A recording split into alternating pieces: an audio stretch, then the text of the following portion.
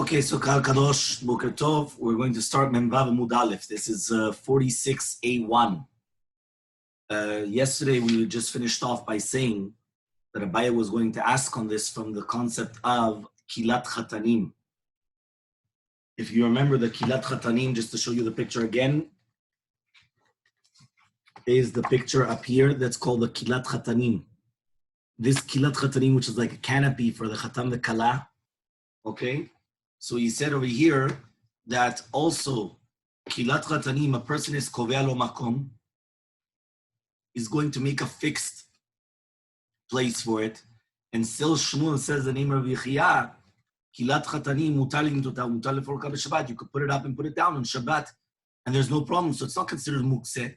So why are you telling me that anything which is Kovea makom, which means anything which has a fixed place, is considered mukse? It's not mukse. So answers the Gemara, Ela Amar Abaye, rather Abaye comes and he answers that Shakish and Rabbi Yochanan are arguing in a special case. They're arguing in a case of the Shel Chuliot. Shel Chuliot is basically that the menorah is made out of different pieces. So therefore the question is, we're going to suspect that maybe you're going to come and you're going to build it up together or not. This is the picture of Chuliot. You see over here, it says it's a chuliot. Okay, that picture of the menorah. So that picture of the candelabra, which is made out of chuliot, the question is, are we going to suspect that maybe then you're going to put all the pieces back together or not? Okay, so says the Gemara, my chuliot. What does that mean, a menorah shel chuliot? So answers the Gemara, ke'en chuliot, it's like chuliot, right? Really, it's only one piece. But it's got charitzim saviv. It's got different types of indents inside of it. So because of that, it looks like it's chuliot. So the rabbis prohibited to move even such a menorah, even such a candelabra, because they don't want you to come and to actually permit you of actually carrying a real one. Meaning, if you had one of these candelabras, that it looks like that one, which means it looks like it's made out of different pieces. Even though it's only made out of one piece, it's still prohibited. And the reason why is because we're going to suspect that if I'm going to see you coming and carrying this type of a candelabra, maybe I'm going to carry the other one, which is really chuliot, really made out of different pieces. And then you could break it and put it apart. And therefore, it's going to become prohibited. Hilkach, therefore, chuliot, if it's made out of chuliot itself, meaning that it's made out of different pieces, how does it translate to that in English? Like it's just Jean-Paul.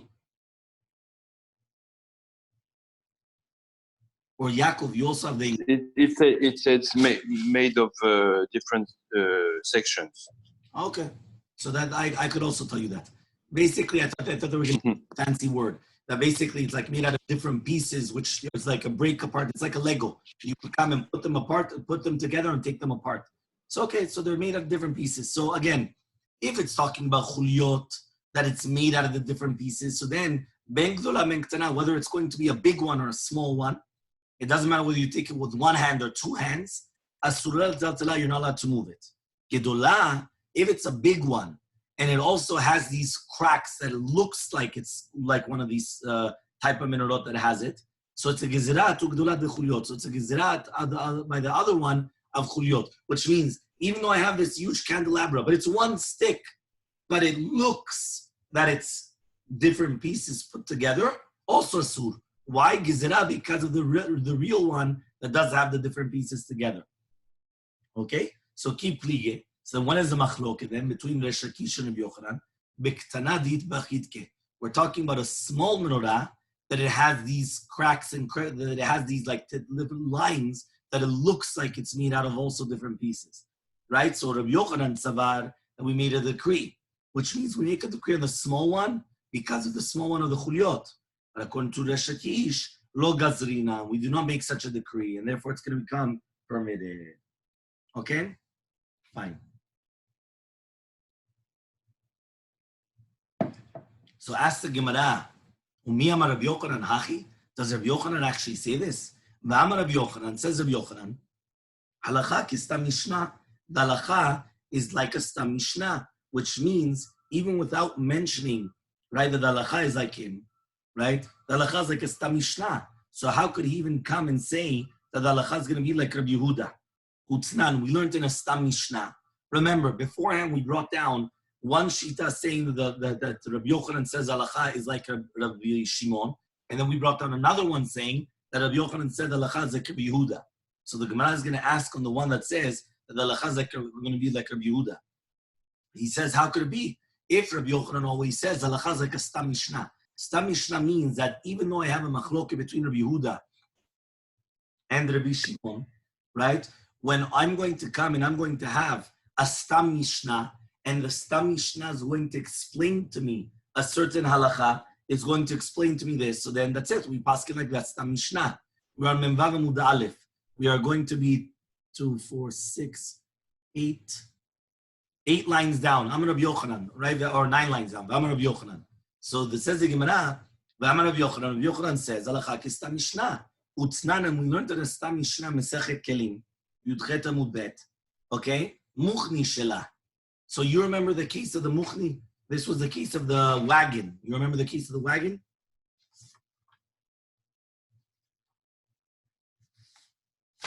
Let me get the wheel that we can take out. Exactly, the wheels. Right? This was the wagon and then the wheels. The wheels are the Muchni. Right? That's called the Muchni. Okay, so this was the case, by the way, if you remember. This is the Met over here. That's the Met. This is the, the time that you could take out the wheels or not. These are all the different cases. Okay? So this was above that we learned it as well. Okay? So says the Gemara, right? Utzna, we learned in the Mishnah Masechet Kelim. We're talking about an agala, a wagon or a caravan, right? That has mechitzot, which is called a shida. Muchni shila. So the galgal, the wheels of this wagon, izman shinishmetet, if it could come off from the agala, en chibula, it's not considered a chibur to accept tuma with the wagon, right?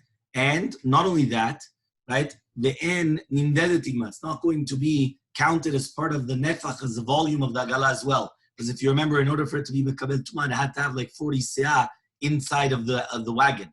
It's not going to save because of the olamet, which means that if it goes on top of a met, usually if there's a tefach on top, it saves the olamet. Here it doesn't save the olamet. Okay? So it says, and if it has money, you cannot carry it on Shabbat. So it's mashma that the muchani was not a sur b'tiltul unless the money is there now. Ha en alei amaot. But if there's no money right now, shariat's going to be mutar. Even though it was there for ben hashmashot. So if you remember, we brought down that it was a machloke between Rabbi Yehuda and Rabbi Shimon. Do we say migu ditkatzah ben hashmashot ditkatzah lekule yoma or not? Which means migu mechnat isur. Which means like this. Right now, during Ben Hashmashot, which is twilight on Friday night, that's the time which is kovea, which is going to make it fixed for us to tell us whether be'emet it's going to become a sur or not the entire rest of the Shabbat. So according to Shitat Rabbi Yehuda, the second that it was going to be there during this time, which means the second that the money was there, according to everybody, if the money's still there, it's a sur. There's nothing what to talk about. However, though, if the money already left, which means the money's not there anymore. So according to Rabbi Yehuda, that it was already a sur on Ben Hashmashot on Friday night, the entire Shabbat is going to be a sur. So even if miraculously, or the cleaning lady or whatever it is, they just took the money there from whatever it was, right? Somebody took it off, right? Or just fell off or whatever happened. Doesn't matter, I'm still not allowed to use it. But according to Rabbi Shimon, there's no muktzeh, and therefore I'm allowed to use it. But this is a Stam Mishnah, like Rabbi Shimon. So how could Rabbi Yochanan come and tell you that he paskin like Rabbi Yehuda, the halacha is like a Stam Mishnah, and this Stam Mishnah is going in accordance to Rabbi Shimon, not according to Rabbi Yehuda? So answers the Gemara, Amar Rabbi Zera, says Rabbi Zera, Te Mishnatenu, shelo ayu alei ma'ot kol ben hashmashot, shelo lishmor dvarav Rabbi Yochanan. He says, no, you know what you could answer? The money wasn't here during twilight, which means the money came on Shabbat, and it came off on Shabbat, but it wasn't there during twilight. According to Shitat Rabbi Yehuda, when does he say that it's going to be a sur? Because during the twilight period of Friday night, it becomes muktzeh the entire Shabbat. But let's say it wasn't there. Let's say it came only on Friday night itself after Tzeta Kochavim, after nighttime. Or it came on Shabbat morning, right? Whether it was that my child came and they put money on the bed. And then all of a sudden came the cleaner and she took the money off the bed. I didn't tell her anything. I didn't say she took it off on herself or she stole it, whatever you want. She took the money off. It's not there anymore. So now here, even according to Rabbi Yehuda, it's going to be mutar to use the bed or to carry the bed or to lie down in the bed. Why? Very simple. At the end of the day, it didn't become muktzeh. So he says, in order not to break the words of Rabbi Yochanan, to say that halakha is like the Stam Mishnah, we could come and say that the money was not on this wagon during Menash Mashot, and therefore even according to Rabbi Yehuda, that's going to be permitted. And therefore, if it's not a proof to Rabbi Shimon, it's according to everybody. No problem. Okay? Fine. I have a question. Yeah. Is the muktzeh also apply to Reshut HaYachid? Does the muktzeh also apply to Reshut HaYachid? Of course. That's what the one of the main cases is going to be on the bed, right? Mm-hmm. In Shulchan Aruch, it brings down, for example, in Hilchot Shabbat, what happens if I forgot money on, let's say, my pillow or on my bed, or in my clothing, my suit? Can I go with the suit on Shabbat or not? Even if, let's say, I got the money out. Yeah, let's say I was able to come and, backwards or whatever it is, I got the money out, or with my elbow, I pushed off the money from my bed. So if you're going to tell me that it becomes a basis of Davar Asur, and it was there on Ben Hashmashot, so then it's a big problem. Then it's muktzeh. And that's even... Okay. Okay? Okay, thank you. No problem. So he comes and he says like this. So he says now another halacha. So another halacha says, Amar Yeshua ben Levi, says Yeshua ben Levi, Pam achat halach Rebbe l'Diospera. So once happened that Rebbe went to Diospera, ve'ora b'menorah k'Rebbe Shimon baner. So he paskined in the menorah like Rabbi Shimon in the candle. Okay? So now the Gemara is going to try to evaluate, to try to understand what the case is. And the Gemara says like this. So they're going to ask now the question, are you going to tell me that he paskined in the menorah like Rabbi Shimon in the candle, that it's mutar to carry the menorah, just like it's mutar to carry the ner? Right, that we're talking about an old candle. Or maybe leisura keRabbi Shimon bener leteira. Or maybe paskined, right, like the menorah that has these cracks that it looks like it's got the prakim. Remember, it looks like it's made out of different parts. To be yoseredze, just like Rabbi Shimon paskin leteira to be metaltel the ner. Okay. Okay, there's a whole machloket here. Rashi and Tosfot, what exactly is the doubt of the Gemara?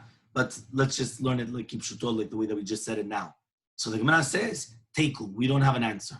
We don't know, Be'emet, what was the explanation? What does that mean? These words that he paskin to do with the menorah, like Rabbi Shimon Baner. Remember, the menorah was the candelabra, that it's made out of different parts, but it's got charitzim, it's got like little cracks, so it looks like it's different pieces. That means even though it's one piece, it looks like different pieces. Because we said before that if it's one piece, then there's no problem, right? But if it's got different pieces, that's when it's going to be asur.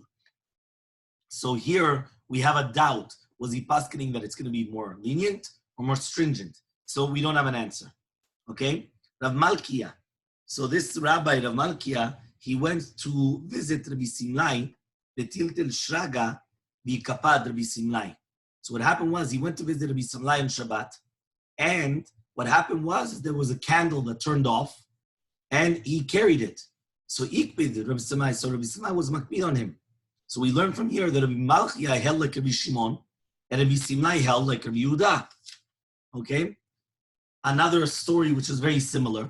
Rabbi Yosef Gilila, Yikra La'atrad, Rabbi Yosef Reb Chanina. So Rabbi Yosef Gilila from the Galil came to visit Rabbi Yosef Reb Chanina, and he also carried a candle that turned off. Right, but at the medium Shabbat it was on, and it turned off. So again, you have the same machloket. So you see this machloket of Rabbi Shimon and Rabbi Yehuda was not just a machloket between Rabbi Shimon and Rabbi Yehuda. It was a machloket through generations as well. Okay? So now it says like this. Rabbi Avu, ki ikra le'atred Rabbi Yoshua ben Levi. Rabbi Avu, when he used to visit the city of Rabbi Yoshua ben Levi, have a metatel shraga. He used to carry the candle that turned off. Ki ikra le'atred Rabbi Yochanan, when he used to go to the city of Yochanan, lo hava metaltel shraga. He wouldn't do it. So the Gemara is going to ask, Manashach, I don't understand what Rabbi Avu was doing. If he holds like Rabbi Yehuda, so he should always do like Rabbi Yehuda.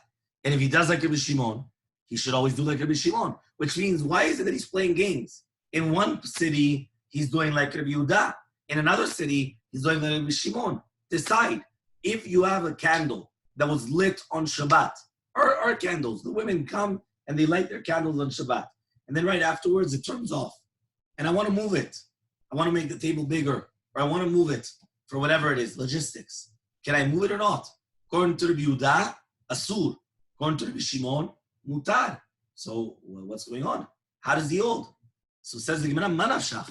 If he holds like Rabbi Yehuda, so do like Rabbi Yehuda and never move it. He holds like Rabbi Shimon, do like Rabbi Shimon. Says the Gemara, no.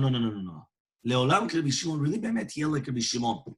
And therefore, since he held like Rabbi Shimon, he would always move it. But mishum kavod Rabbi Yochanan hu delo kavin. He said, when he was in the city of Rabbi Yochanan, because of the kavod of Rabbi Yochanan, that Rabbi Yochanan was going like Rabbi Yehuda, obviously that's what we're trying to bring from here else as well, he wouldn't do it. Why? Because of the respect of Rabbi Yochanan, which means even if I myself would hold it, it's permitted. If I'm in your city, I'm on your turf, I'm going to, because of your kavod, I'm not going to do it. Right? Why? He gave kavod to Rabbi Yochanan.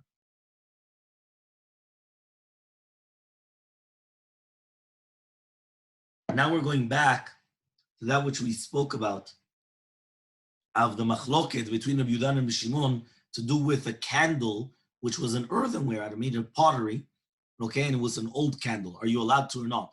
And we go back to the concept which is called muktzeh nechamat miyus, if you remember, which means, do we say that it's muktzeh because it became something disgusting or not? So Amar Rav Yehuda says of Yehuda, shraga de mishcha share letitule, a candle, right, of shemen, right, of oil, you're allowed to carry it after it turns off. And just like Shitat Rabbi Shimon, the nafta of neft, which is like petroleum, okay, he says is going to be a taltila, and that's going to be, right, and it's not fitting. And therefore, even Rabbi Shimon agrees that it's muktzeh. However, though, Rabba Rav Yosef Dam Netavayu, Rabba Rav Yosef both held, the nafta, nami sharetudu, you're allowed to carry also of neft of petroleum as well. Okay, there's no problem. So now says the Gemara, right, explaining the reasoning of Rabbi Yosef. Why would it be permitted to carry this candle? So says the Gemara, Rav Avia ikla lebe Rava, Rav Avia came to visit Rava, hava misan bekar'e betina. So his boots were all dirty with teeth, with clay and like with mud. So ative apuria kamed Rava. So he sat down on the bed in front of Rava, right? Ve'ikped Rava. Rava was upset. Oh, he's getting my bed all dirty, right? What's going on over here? Okay. So what happened? Ikped Rava. So Rava was makpid. Ba'alet siure. So he wanted to come and he wanted to start asking questions. Then, right? You're gonna come dirty my bed. I'm gonna show you. I'm gonna start. I'm not gonna start telling you off. What am I gonna do? I'm gonna start asking you 1,000,001 questions. So what happened? Amarle, he comes and he tells Rava Avya. What's the reasoning why, according to Shidat Rabba Rav Yosef, that a candle of neft, right, of petroleum, is also going to be mutar to carry it? So he said, says, no, you know why? You could cover a kli with it. You could cover a utensil with it on Shabbat. So therefore, since you could cover a utensil with it on Shabbat, that's why you're allowed to come and use it. Not use it, sorry, you can move it after it already turned off. So Ela Mi'ata, so he asks a question, he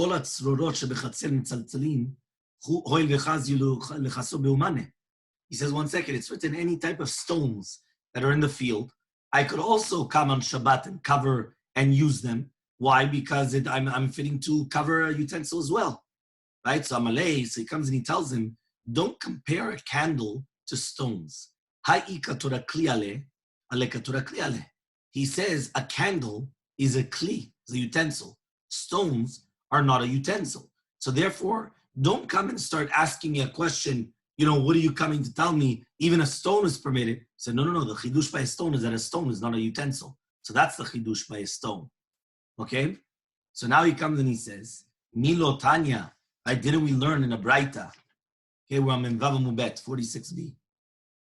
Hashidayim v'nezamim v'tabaot, haren kechol ha'kelim hanitzalin b'chatzer. Didn't we learn that whether we're talking about bracelets and rings right? And all these things. Then we learn also, these are nose rings or rings, right? It says that it's a sur, that even though it's a sur to put them on Shabbat, they're also like all the utensils which can be taken, and you could actually even pick them up. Shalom derech malbush. The Amarula, and Ula says, why? Matam, what's the reasoning? Why is it not considered muktzeh? Because at the end of the day, there's a kli. It's a utensil. Achanami, so too here, with a net of neft. It's not muktzeh. There's a kli. So Amram Nachman Bar Yitzchak, berich rachamana de la kasife rava l'Ravavia. Baruch Hashem, right? That basically the Ravavia was able to answer the questions of Rava, right? And therefore he wasn't embarrassed by Rava. Okay? So that's what they just actually brought down, which is very, very interesting. So Baruch Hashem, he wasn't embarrassed. Okay, so Rami le'abai le'Rabba. So Abaye comes and he asks Rabba, Tanya, we learned in the Braita, mutar Hashem shebener, v'shebekiara asur, v'bishimo matir. We said the leftover oil, which is in the candle, right, or right in the kiara in a plate, it's going to be asur. Rabbi Shimon says that it's going to be permitted. Alma, so you see from here, according to Rabbi Shimon, le'lemukse, there's no mukse. Or minu, we have a contradiction though, because we're talking about shchitat bechor balmum on Yom Tov. Remember, we're talking about shchita. You're allowed to do shchita on Yom Tov. You're allowed to slaughter an animal on Yom Tov. We're talking about a bechor balmum. So since the bechor has a balmum, that's why he's allowed to do the shchita to it. Because if not, the bechor goes to the kohen. So the Gemara says, Rabbi Shimon, right? This we learned over there in the Mishnah. Rabbi Shimon says, Kol she'en mumon nikan merev Yom Tov, en ze min muchan. If you cannot see the blemish on Erev Yom Tov, it wasn't prepared from Erev Yom Tov, and therefore it's considered muktzeh, and you're not allowed to do shchita to it.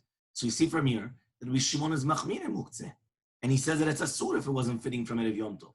So says the Gemara, hachi yashta, says Rabba, can you compare both cases to do shchita on Yom Tov and to do the case of the extra oil in the candle or in the kiara? He says hatam over there to do with the candle. Adam Yoshem mitzapem tatich ben ro. You already know that your candle is going to turn off, which means that it's known that the candle is going to, the candle is not going to be lit the entire Shabbat. Hachav over here though, Adam Yoshem mitzapem tatich ben. What, are you waiting for an animal to have a blemish? He says, obviously not. He says, right, he says, Meimar Amar, maybe he's going to say, Mi Emar Denafi Bemuma, whoever said it's going to come out of mum at all. And even if it's going to come out of mum, Meimar Denafi Bemum Kavua, who do you know, maybe it's going to be a mum Kavua or mum over. Remember, a mum over is a blemish that will pass by, that's not fixed. So if it's a mum over, we just wait for the mum to go away, and then you give it back. You give it to the Kohen. It doesn't become yours. It's only by a mum Kavua, a fixed blemish, that it stays yours, then you have to give the other one. Even if it is going to happen that it's mum kavua, how do you know that a chacham will come on Yom Tov and it's going to paskin that it's a mum kavua and then you're allowed to use it? So because of that, that's reasoning why Yom Tov, even according to Shittat Rabbi Shimon, it's going to be asur because we do not hold it's not min muchan. It wasn't prepared before Yom Tov. But by here, motar Hashem shebener, you know that it's going to turn off on Friday night, and therefore you're not segregating yourself from it. So you know that you have your mind on it. Therefore, it's not muktzeh. Okay? So the Gemara is going to ask on the answer of Rabbah. Mati for Rami Bar Chama. Rami Bar Chama comes and he asks the following question from Mishnah later on. Zayin Amud Aleph. Mefinin nedarim b'Shabbat. V'nisharim nedarim shel Shabbat. You're allowed to do a farat nedarim on Shabbat, and you're allowed to do hatarat nedarim for letzorach Shabbat. Okay? Now, remember the difference between a farat nedarim and hatarat nedarim. Hafarat nedarim is usually the father or the husband. Hatarat nedarim is a rabbi. Because the rabbi says mutar, right? Mutalach, mutalach, which means he's permitting the neder. Hatarat nedarim. He has to make a heter. The husband or the father, right? The husband is doing a farat nedarim, or the father until she's bogeret, right? Well, the time that until she's nara. So he says the father does hafarat nedarim. Hafarat nedarim means that you annul the neder, that it was a never neder to begin with. It's not that there was a neder and now I'm permitting the neder. It was never a neder to begin with. So it says over here, you're allowed to do a farat nedarim Shabbat, and you're allowed to do a tarat nedarim if it was for the tzorech Shabbat. Okay, so it's mashma that after the husband will do the farat nedarim to his wife, she's allowed to come and to eat that food that she made a vow on. So it says the Gemara, why? Whoever said the husband's gonna permit it. Maybe she's gonna come. She's gonna say, "I'm not gonna eat meat." He didn't want her to eat meat. He wanted her to be on a diet. For him, it's even better. Whoever said the husband is going to permit it. Yeah, that's the question. So says the Gemara, no, it's not a question. He says, why? Hatam k'der Pinchas. There it's like Pinchas in the name of Rava. The Amar Pinchas v'shvei de Rava. It says Pinchas in the name of Rava. Kol noderet al dad balahi noderet. When a woman makes a neder, lechatchila, she's making a neder already on the dat of her husband. And since she's making it a dat of her husband, if she's going to accept it or not, so therefore, she already knows that it all depends on the husband. So it's not that maybe the husband will want or not. No, everything depends on the husband. Her neder was made based on her husband. And therefore, you can't bring me a proof from Nedarim. Tashema, we're going to bring another proof then. The next part of the Mishnah there says, Nishalin Nedarim shelo letzorech hashבת b'Shabbat. You're allowed to do a Tara Nedarim shel tzorech hashבת on Shabbat in itself. So the first case was Hafarat Nedarim, a husband to the wife. Now we're talking about Hatara Nedarim, the rabbi. So he says, Vamai, why? Whoever said that she's going to get a chacham to permit the neder. So why would she be able to eat that food on Shabbat? It wasn't permitted, and maybe it's still muktzeh because it wasn't fitting for her at the onset of Shabbat. So hence the Gemara, Hatam over there, if she can't get a chacham, she could get 3 regular people to do a Tara Nedarim. And since she could get 3 regular people, and it's very easy to find 3 regular people, so therefore she's not going to, it's not considered muktzeh. The hacha here to do with the bechor, right? He says, whoever said that you need a chacham to do it, right? So therefore, since you need a chacham and you can't just get stam 3 regular people, so therefore that's why by the case of Yom Tov, right, it's muktzeh. In the case of the Tara Nedarim, it's not going to be muktzeh.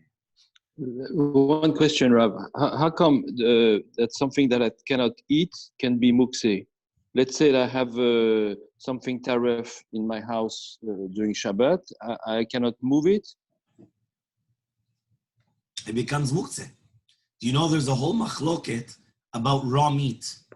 Let's say, for example, can I have raw meat or minced meat? There's a machloket, is that muktzeh on Shabbat? Or a potato, raw potato. You can't do anything with it. So there's a machloket in the poskim, is it considered muktzeh or not? So I do remember all the halachot now offhand, but I do remember that they mentioning that raw meat could be that it's not considered muktzeh because it is edible. And I remember when we were learning these halachot in Gibraltar, I remember that I mentioned these halachot, and they told me that there was a special store that everybody used to buy the minced meat there, right? The ground meat there. Why? Because they used to add spices in it, so people used to come and eat it raw. Raw. The people would come and they would buy minced meat, like, ground meat for their wives. They would buy an extra pound or an extra kilo. Why? Because by the time they got home, they already ate. You understand? Like mamash raw. Yes. Yeah, so it's not, maybe it's not muktzeh, because you could take it out of the freezer, let it defrost, and if it's defrost, you will be able to eat it on Shabbat that way. And even raw, some people like raw meat. So therefore, there's a whole question. But technically speaking, yes, it would make muktzeh, because if the food was not fitting to eat on Shabbat, it's muktzeh. It's like an apple that fell off of a tree on Shabbat. So there it could be, there's another reason as well. Maybe a gezerah, maybe I'm going to pluck it off. But even without that, it was muktzeh. On the sudden Shabbat, I wasn't able to eat it. Now all of a sudden, is that able to eat it or not? There's a question. I understand. Thank you. Okay. So now the Gemara is going to ask the following question. Rami le Abaye Rav Yosef, right? Abaye comes and he asks Rav Yosef, Mi amar Rabbi Shimon kafta mutal taltala? Does Rabbi Shimon really say that if the candle turned off, you're allowed to move the candle? Kafta in lo kafta lo, but only if it turned off, and if it didn't turn off, no? My time, what's the reasoning? Because maybe when you're going to take it, it's going to turn off, and then you're going to be mechaber on Shabbat. Shamina le Rabbi Shimon. We learned in Shitat Rabbi Shimon that Amar davar shemitkaven mutar. That davar shemitkaven is mutar. The time was learned in the Braita. Rabbi Shimon Omer, Gorer Adam kiseh metav safsal. You're allowed to come and drag a bed, a bench, and a chair on Shabbat on a dirt ground, as long as you don't have kavanah to make like a furrow, to make like a charitz in the ground. So therefore, you see from here, why are you not allowed to carry the candle when it's on? Forget about it when it turned off. When it turned off, for sure, there's no problem. Even when the candle is on, you should be able to come and to carry the candle. It's going to turn off in midair. What do I care? Right? I don't have kavanah to turn off the candle. Answers the Gemara, no.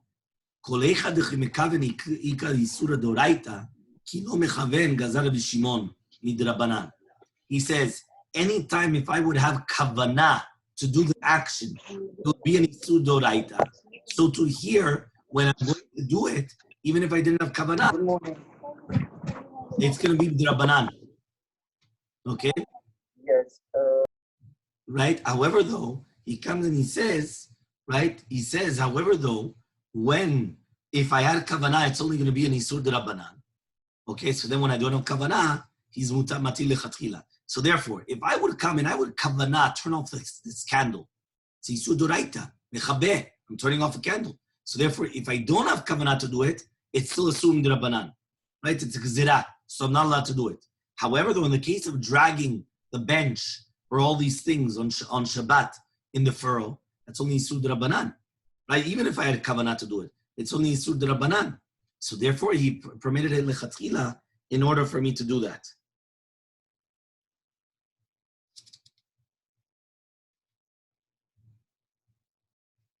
Here he wants to say that it's only an isur drabanan by the furrow because it's kilach yad, meaning I'm not digging a hole with a normal way. I'm digging a hole like, the backhand way, like by carrying a bench or whatever. And now it's making like a furrow in the ground. It's like making a breaking the ground, right? It's making it open. So therefore, it's only the rabbanan.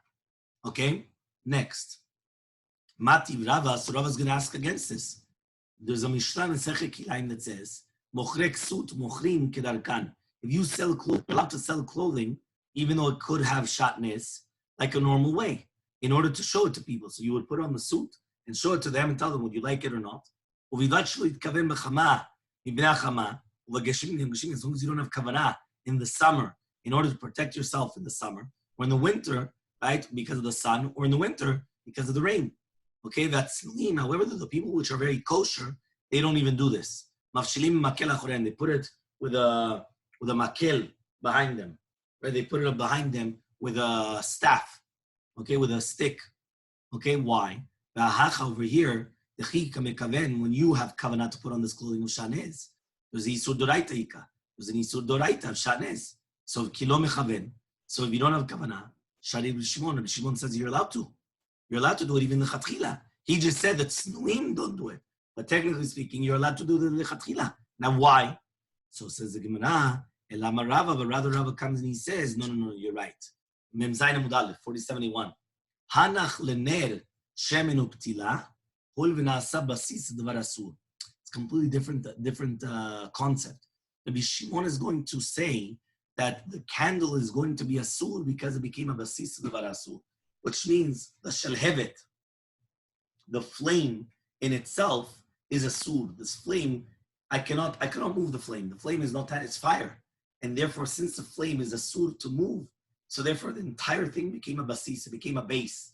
So since it became a base, I cannot move it. So therefore, according to Shittat Rabbi Shimon, I'm not allowed to move the candle on Shabbat. Really, Be'emet, if it wasn't for the Yisur basis, even a candle when it's lit, I would be allowed to move it. No problem whatsoever. Because it's the Rosh Hashanah Kaven, even if it came off. So therefore, even if it does come off, I didn't have kavanah to turn it off. So it will be permitted. However, though, the only reason why it's prohibited when it's on is because it's a basis to the varasur. Okay? The Amar Rabbi Zira, Amar Rabbi Asi, Amar Rabbi Yochanan, Amar Chanina, right? Amar Rabbi Manis, Li'iti Rebbe letatel machtah. Right? Rebbe permitted for me to be metaltel machtah be'efrah, which is basically like this pala, this pail or whatever you want to call it, not pail, this shovel with the effort on it, and there's no problem whatsoever. Fine, so Lina, we'll continue Bezrat Hashem tomorrow.